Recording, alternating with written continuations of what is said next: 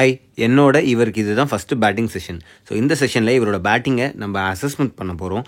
அந்த மிஸ்டேக்ஸை simple drill மூலியமாக இவரோட டெக்னிக்கை எப்படி நம்ம அடுத்த லெவல் கொண்டு போகலான்னு சொல்லி பார்க்கலாம். ஸோ இப்போ நம்ம அவரோட இனிஷியல் அசஸ்மெண்ட்டை பார்க்க போகிறோம். ஸோ இதில் அவருக்கு நிறைய நம்பர் ஆஃப் பால்ஸை நம்ம ஃபீட் பண்ணலாம். அவரோட நேச்சுரல் கேமை அவர் ஆடட்டும். ஸோ இது மூலியமாக நம்ம அவரோட வீக்னஸ்ஸு, ஸ்ட்ரென்த் என்ன, அவர் ரெகுலராக என்ன ஹேபிட்டில் பேட்டிங் ஆடிட்டுருக்காரு, இதெல்லாம் நம்ம ஃபாலோ பண்ண போகிறோம். ஸோ இதுலேருந்து பார்க்கும்போது அவரோட ஹெட் பொசிஷன் ஓகேவாக இருக்குது. அண்ட் பேட் பார்த்தீங்கன்னா பெருசாக த்ரூ த லைன் வரல.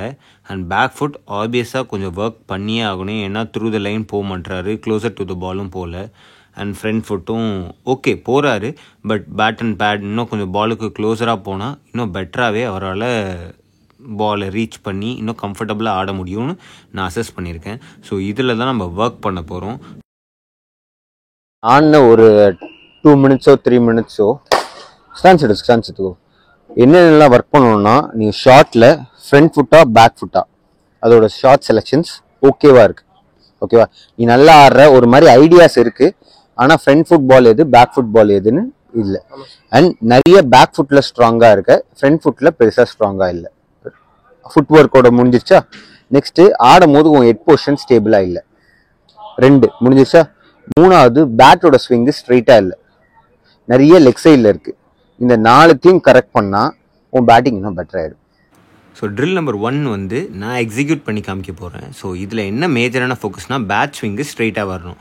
ஸோ இதில் என்னென்னலாம் இம்ப்ரூவ் ஆகும்னு பார்த்தீங்கன்னா, straight bat ball under the eyes connect பண்ணுறதுனால இம்ப்ரூவ் ஆகும்.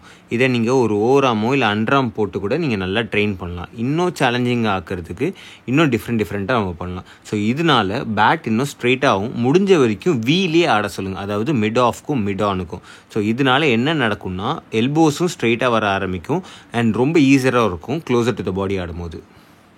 இங்கே செகண்ட் ட்ரில் நான் கொடுத்துருக்கிறது ஃபுட் ஒர்க்குக்காக. ஸோ இந்த ஃபுட் ஒர்க் ட்ரில் பயங்கரமான ஒரு ரியாக்ஷன், அதாவது குவிக் ரியாக்ஷன்ஸை டெவலப் பண்ணும் அண்ட் கோயிங் டுவர்ட்ஸ் த பாலோட எபிலிட்டியை நல்லா டெவலப் பண்ணும். இதில் எட்டுமே ஸ்டெபிளைஸ் ஆகிடும். ஸோ ஃபஸ்ட்டு ட்ரில்லையும் நம்ம அண்டர் த ஐஸ் கனெக்ட் பண்ணுறதுனால எட்டு ஸ்டெபிளைஸ் ஆகிடுது. இங்கேயும் ஃபுட் ஒர்க் கொண்டு வரும்போது எட்டையும் நம்ம அந்த லைனில் கொண்டு வரனால எட்டுமே இங்கே ஃபோக்கஸ் ஆகிடுது. ஸோ நமக்கு இங்கே கவர் பண்ண நினச்ச அந்த 3 பாயிண்ட்டையும் இங்கே ஆல்மோஸ்ட் கவர் பண்ணிட்டோம். அதாவது பேட் ஸ்ட்ரெயிட்டாக கொண்டு வரது, ஹெட் பொசிஷன் ஸ்டில்லாக வச்சுருக்கிறது and foot work front foot ஸ்பெசிஃபிக்காக கோயிங் டுவர்ட்ஸ் த பால் நம்ம கொண்டு வர போகிறோம். ஸோ இந்த ட்ரில் மூலியமாக இதை 3மே நம்ம கவர் பண்ணனால ட்ரில் நம்பர் 3 என்னன்னு நம்ம பார்க்கலாம்.